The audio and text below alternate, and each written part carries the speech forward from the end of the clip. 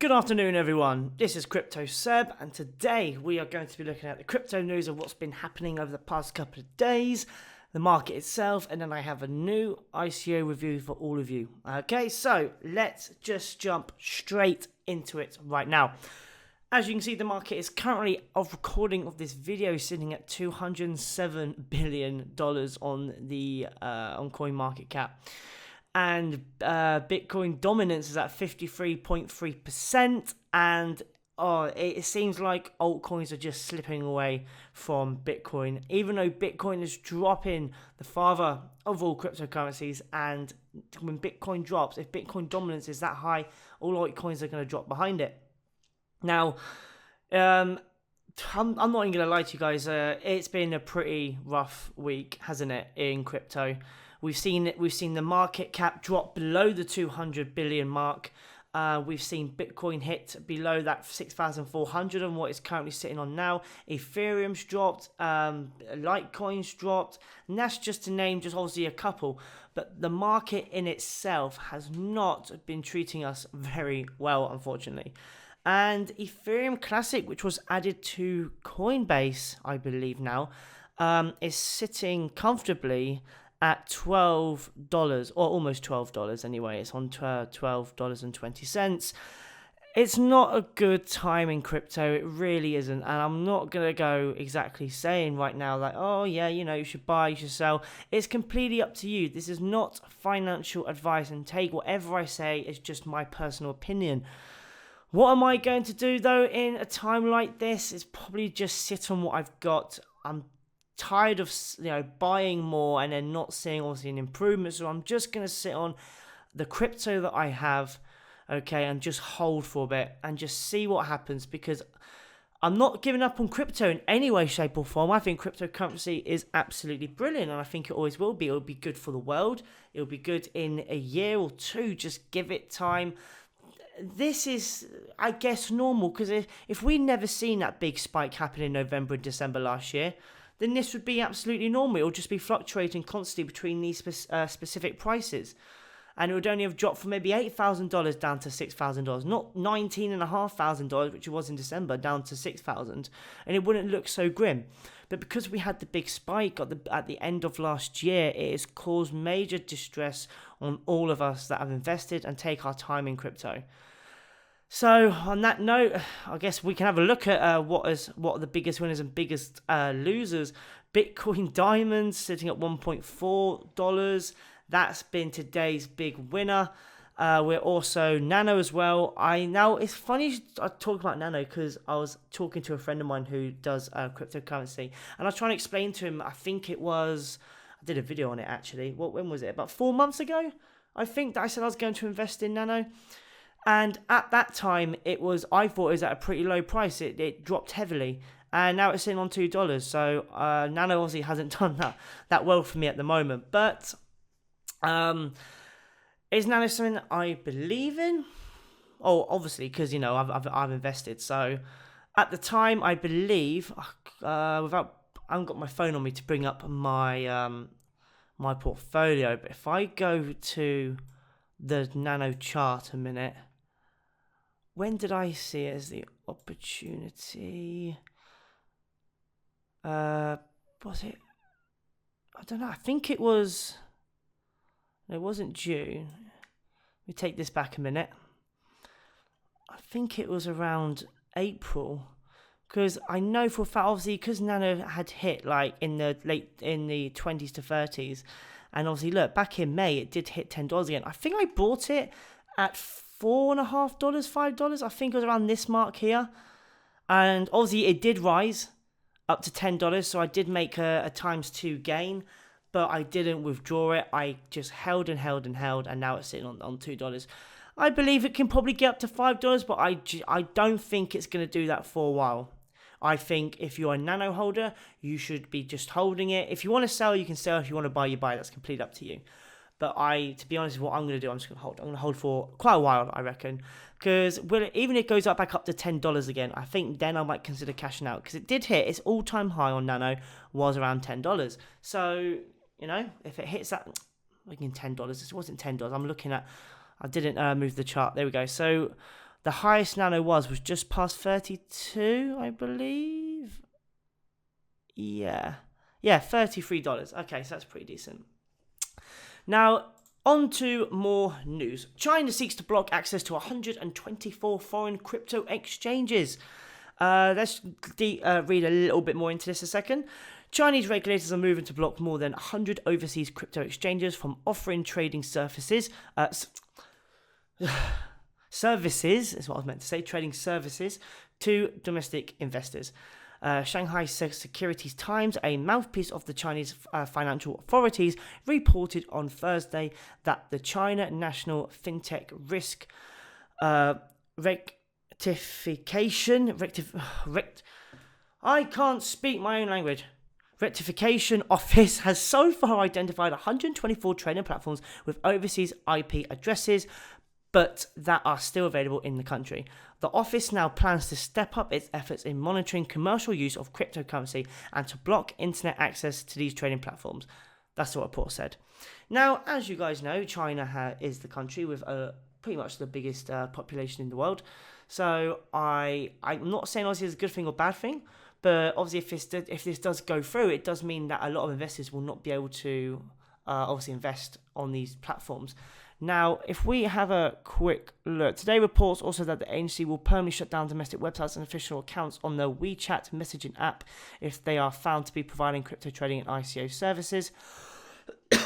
So, currently, internet access to several major exchanges such as Binance, OKEX, and Bitfinex appears to be unavailable in China.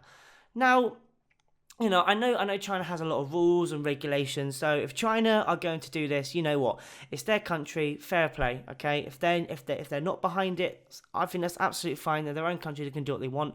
Is it going to be good for crypto? No, I don't think so. Because obviously the amount of people that are in the crypto market in China, I want to be honest, with I don't know how many billion, 1.6, 1.8 billion people, I'm sure there's going to be a lot of people that do trade and dabble in cryptocurrency, whether that's investing in ICOs, actually trading or just buying or selling, you know, whatever how the Chinese obviously operate over there when it comes down to the markets.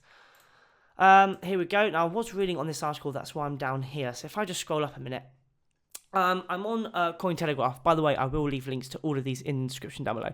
Market seed red following BTC ETF rejections. News of anti-crypto measures in China. Now, obviously, I've already spoken about the measurements in China, but if we have a look at this, virtually all of the top 100 cryptocurrencies are in the red today, with an average losses of between 1% and 4% among the top 10 largest coins by coin market cap, as Coin360 data shows. Yesterday's evening's news of the US Securities and Exchange Commission's that SEC disapproval orders for 9 different Bitcoin exchange traded fund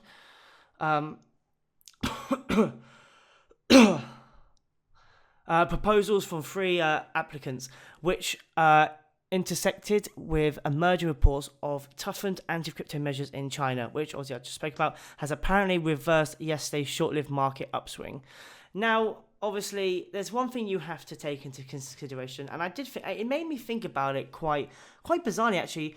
Keith Waring did a YouTube video where he actually spoke about how the reason why they're putting through the Bitcoin ETF is because, basically, they know it's going to get, obviously, you know, a disapproval, I think is the right word to use. They know that, and I think what they do is they want it to crash. They want it to go low so then they can buy it for more. And it was actually quite a good theory, to be honest, and it makes complete and total sense.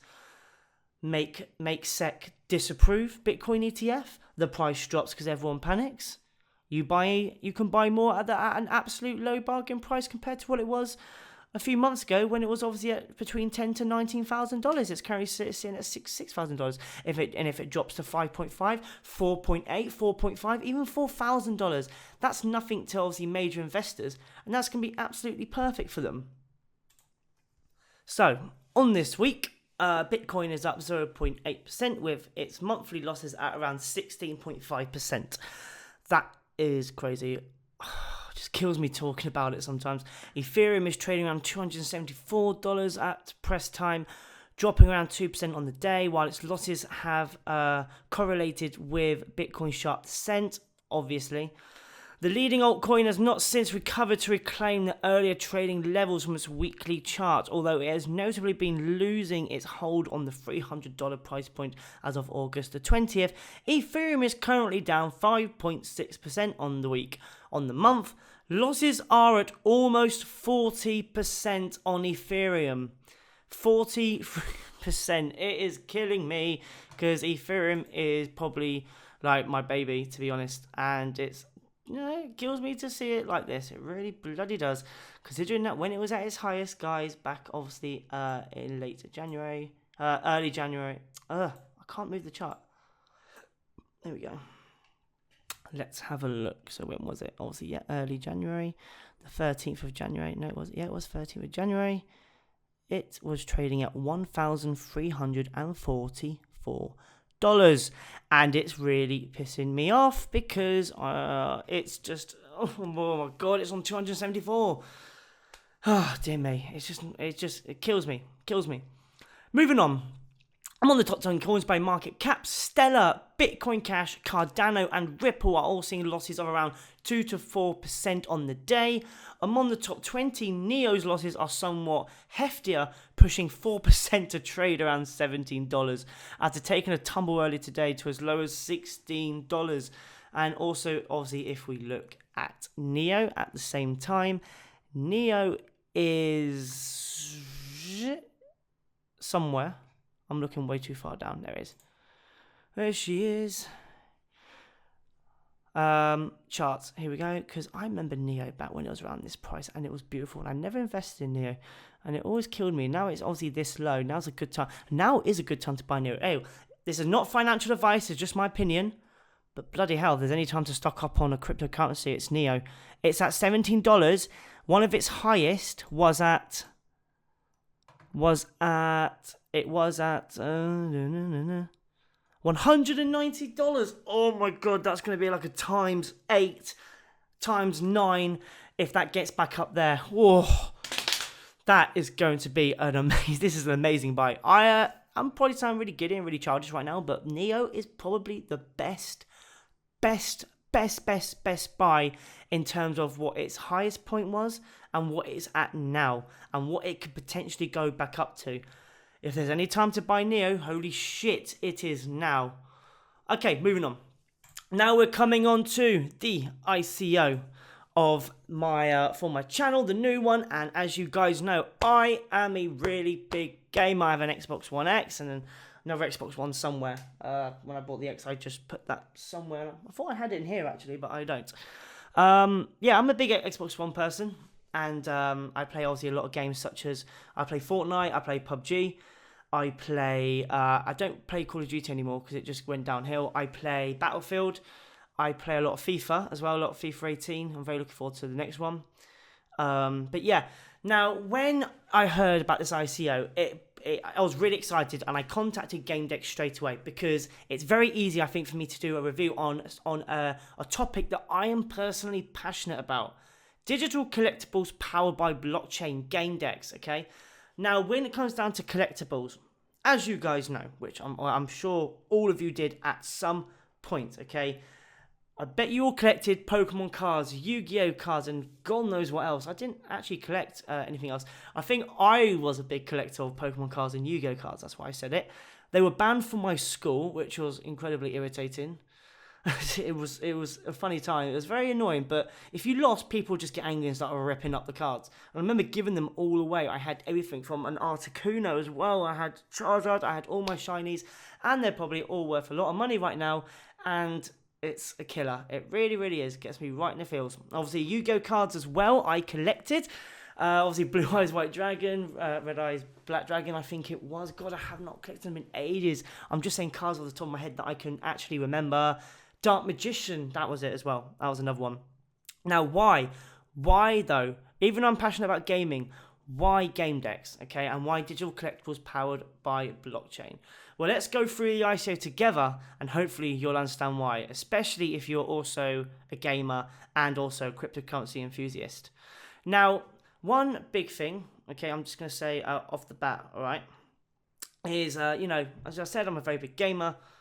And to find out that there is an ICO to do with collectibles on the blockchain, okay, I just had to get on it. I really, really did. So, collectibles which utilize blockchain technology are currently exploding in popularity and trading volume, etc., etc. You know, you got games such as, you know, Clash Royale, personal favorite. I love Clash Royale. And also you've got another massive game called Hearthstone. I don't personally play it. I have a couple of friends that do, and they're quite passionate about it. Are not yet implemented though onto the blockchain, but if they were to, the digital market for collectibles would explode. That's what I think anyway. And as these games alone are played between adults and children alike, and obviously especially me, and I personally do believe that it could explode and make a major impact for, you know, not only for this ICO, but obviously for digital collectibles as a whole. Digital assets can be transferred to anyone on the planet instantly. Their authenticity can be proven, and they cannot be counterfeited or reprinted, and they can also be used in online games. And that's what Gamedex is trying to do. Can't be counterfeited, can't be reprinted, which, what does that do? It increases the value even more. Absolutely brilliant idea. Most of the funds that Gamedex will raise, okay, via their token sale will go towards bounty funds to reward creators for popular decks and games. Collecting and gaming combined will never fade from mainstream, and that is a very important fact. You know, the industry, in all fairness, will only get bigger the more AAA titles are released. Blockchain benefits are true ownership, true scarcity, and most importantly, true authenticity. This means users are unable to create more that make limited edition cards truly valuable. Counterfeiting is almost impossible. It is your asset and yours to own, and quite frankly, do with what you wish. Save it and collect it. Sell it on. Do what you want with it. But that is what Gamedex is trying to do. And I've looked around and I'm trying to find other blockchain, other ICOs that are trying to do the same. I couldn't actually find one. And there is something I do want to show you, and I didn't have it up and ready. Let me just get it up a minute. Because I have it on my Twitter. Where is it? It's on my Twitter. Give me a sec, guys. I'm just looking now on my other monitor. Just scroll down. It's here somewhere. There we go. This is it. Can I get that over here? Yeah, I think I've just done it. Let me just load it up now. Give me just 2 seconds, guys. Is it gonna, Twitter, come on. There we go. Where is it? There it is. Here. So I saw on Forbes, okay, have done an article about digital collectibles, and they featured Gamedex, okay, and it was just brilliant. And I was in talks, obviously, in the negotiation of the price for doing obviously this ICO review. And look what I did when I was doing my research on stuff to talk about. Forbes had done a article on Gamedex. Well, they featured Gamedex as, an ICO that's trying to do obviously digital collectibles on the blockchain. Now, the other two that they mentioned, number 1 and number 3, I couldn't actually find them. Okay, I don't believe Forbes is lying. That's not what I'm trying to say. I'm saying I couldn't find them because I would have tried to do some research to try and obviously explain why I like Gamedex more than the other two. But I just thought, I'll focus on Gamedex. So Forbes had wrote an article. Okay, they featured obviously Gamedex on their article. And I did have the link for it, but what I'll do is I'll put it in the, I will find it, I'll find it. I'll put it in the description, okay, of the, of my YouTube, okay, of this YouTube video, and you guys can read Forbes' article. That was absolutely massive. There's something else that I have to talk about as well, okay, with Gamedex, okay. Bancor and Gamedex to create a new GDX/BNT token relay for decentralized liquidity. I can't speak English today for some reason. Now, let me just click on the article and let's go through it together. Okay, here we go. So, Bancor, a decentralized liquidity provider startup, has secured an agreement with Gamedex, a Steam-like platform for blockchain-powered digital collectible cards and digital collectible card games. And these are the ones I obviously spoke about, FIFA Ultimate Team. Bancor will power Gamedex's automatic cryptocurrency conversion feature. Sorry, which will allow users the option of depositing any major cryptocurrencies to their Gamedex account and having it converted to GDX automatically when needed. So this is absolutely crucial, and this is really, really lucky because I was about to do the video earlier and this news came out yesterday and I'd already, writing what I wanted to say.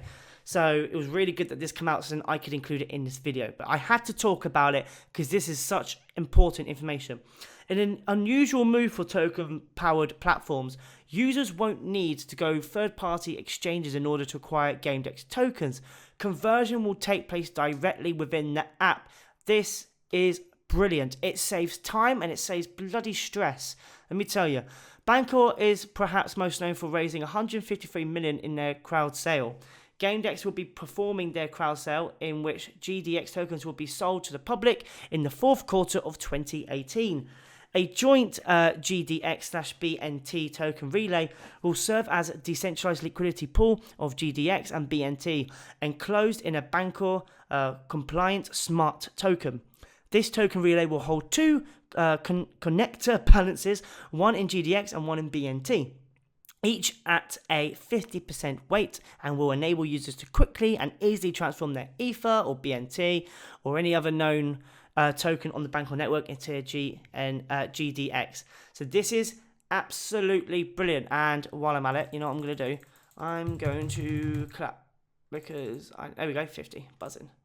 And because I clicked it so much, it's now going to continue doing that. Gamedex, this is really, really important. I'm really glad I've just seen this because this is something I had to talk about. Gamedex recently raised 800k in a seed round led by Invictus Capital and will be opening their GDX token sale. It's currently open for pre-registration. This is absolutely brilliant, okay? I'm passionate about gaming. I think it's a bit stupid saying I'm not. I think games are a big part of my life, and I'm just happy that I managed to find an ICO that not only I can relate to, but it's something that I like, and I can just speak I can speak free flow about it. So moving on, let's go. Now, Gamedex is a platform similar to Steam for digital collectibles and their games. Play exciting multiplayer games, collect and trade digital collectibles. So let's have a look. Gamedex Game Store lets you find and play games which use your collectibles. Play for fun or wager tokens for a chance at riches. Yeah, that's something actually really, really cool. I'm quite a gambler and I can't wait to actually use this one where you can actually wager tokens to play on online games. That's going to be freaking brilliant. I can't wait for that. I really, really can't wait. And if GDX is an ICO that does incredibly well and their price goes up, it can be a good chance actually for people to, get quite a lot of money in terms, if they're a gambling person anyway. Buy and sell digital collectibles against our token on the Gamedex exchange or trade directly with other collectors. Trades are global, fast and free. And this is something obviously that is really important to talk about. There's no posting packaging costs. Now, hang on a minute, right? Put it this way. You go on Amazon, you go on eBay, you go to order something, you always got to pay postage and packaging. Especially if you're overseas or whatever, or if it comes to an extraordinary amount. I know some things nowadays are like free, as long as it's over either a certain amount, or if it's under a certain weight, etc. Or even if you're a resident, obviously, of the country. But nowadays, that's what it's like. But if you were going to obviously buy something a bit bigger, then the posting and packaging can really bite you on the bum. Seriously, it's ridiculous. So, true ownership, true scarcity, and trustless authenticity. It's going to be huge, Gamedex. Collect digital cards and play exciting multiplayer games. It's never been so convenient to get hooked on collecting. So, our in-house digital collectible exchange pairs all issued assets against GDX tokens. Snag a top card to help you win your next game, or sell that rare limited edition to the highest bidder. And don't forget, no one can, steal it. Well, if you're stupid with your wallet, then maybe. But then don't be bloody stupid. You keep it in a safe place. You hold stuff. You keep it locked away and secure. All right? Exactly the same in the real life. All right? It's exactly the same thing. You just have to know where to store things. You don't tell people you have them. You keep them close to your chest at all times.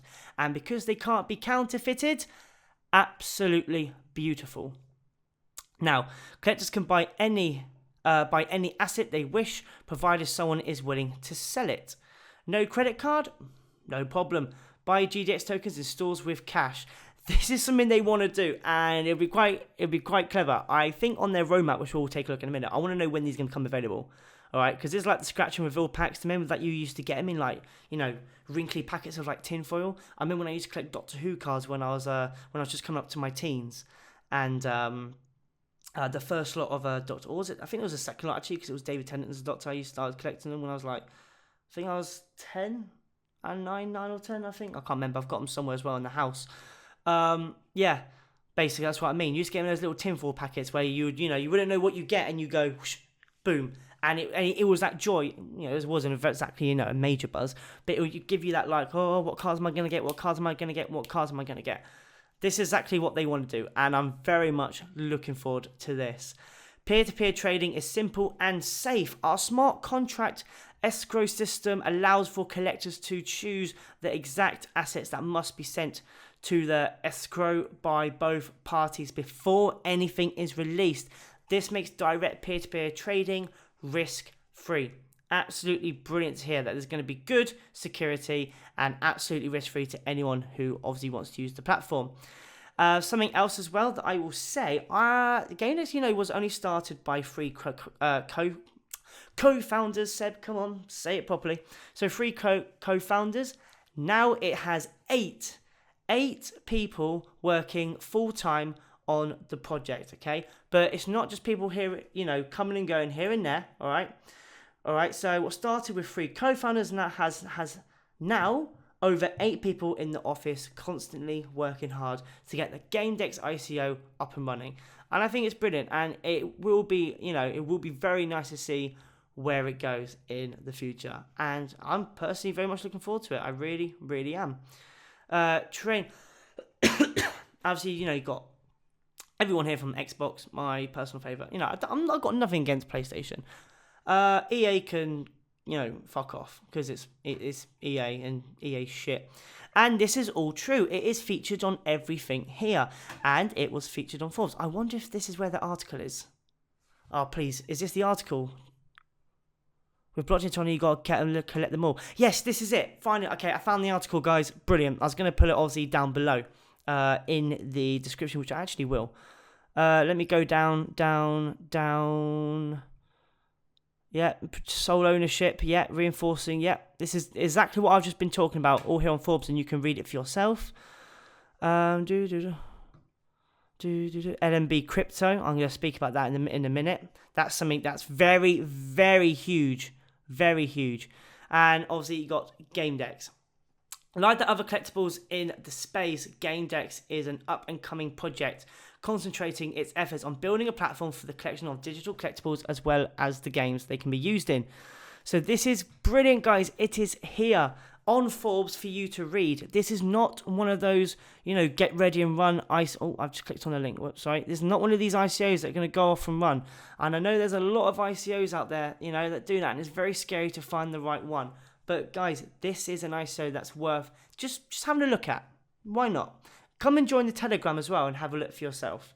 So, back in July, Major League Baseball announced that it was bringing digital collectibles to the Ethereum blockchain.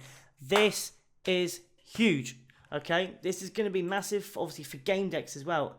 And, sorry, obviously, with the success of, LNB crypto, and Gods Unchained proves the need for a central marketplace for these digital collectibles.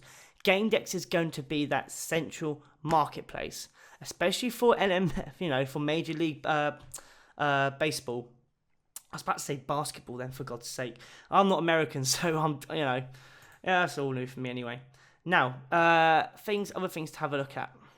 Go down, so you got Victus, which I already mentioned, Bank I already mentioned, Merlin Protocol, etc., etc. So let's take a look at the roadmap. They began working on it at late last year.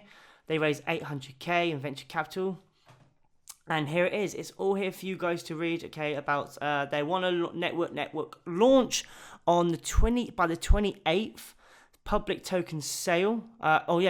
This is was it this year? Public token sale is going to happen in December. Network launch in November. January 2019, the first third-party games are released on Gamedex. Ooh, I can't wait.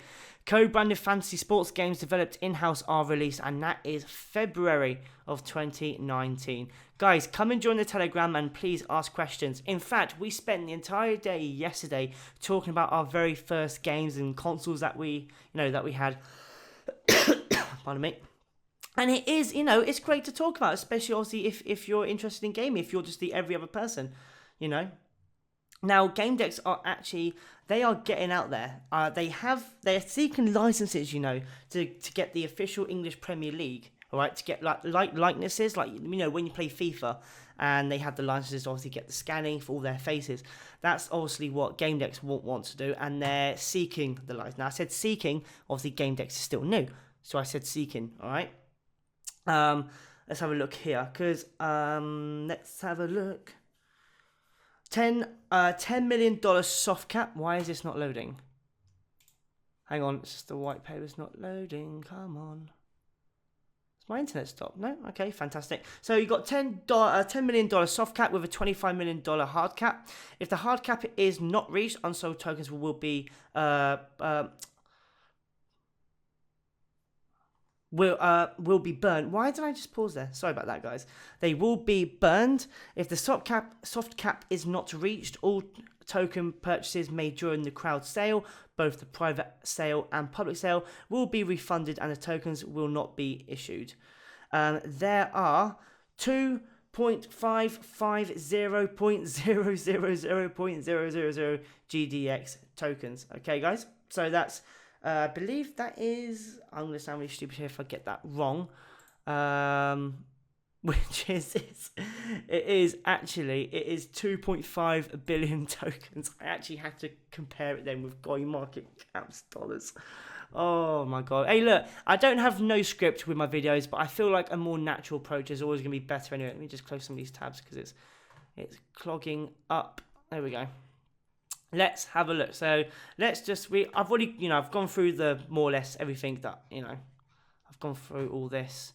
So gaming and virtual goods, the global gaming market is growing constantly, reaching 110 billion USD in 2017 and has been projected to continue growing with a compound annual growth rate of 6.2% through to 2020, with most growth coming from Asia. Virtual goods were responsible for more than 15 billion USD of annual revenue in 2012, and the market is growing at an ever-increasing pace. Cars and collectibles in general. So the global market for collectibles attracts an annual spend measured in the hundreds of billions of dollars.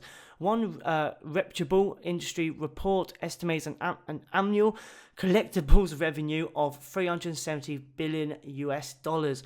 The global market of sports collectors includes over 67 million collectors, more than 98% of whom collect sports trading cards currently, or who have in the past. The record for most expensive card ever sold was set in 2016 when Honus Wagner, I think I've said that right, 1909 to 11 T06 cards sold for $3.1 million. Jesus. That is mad. And obviously all links here. I'm going to leave a link to the white paper in the description, okay? So let's have a look. See, fantasy sports and sports betting. So in the past 10 years, the popularity of fantasy sports has tripled in the US and Canada. Currently, roughly 20% of adults and teens in the US and Canada play fantasy sports. Very, very true. That's in England, it's big as well. With adults spending an average of $653 per year in the process. Daily fantasy sports games are the largest benefactor of this cash flow. Fantasy sports are simply one style of gameplay in large sports betting market. And it is very, very true what they are saying. Now, let's go down. So, global collectibles market is $370 billion. All cryptocurrencies is $328 billion.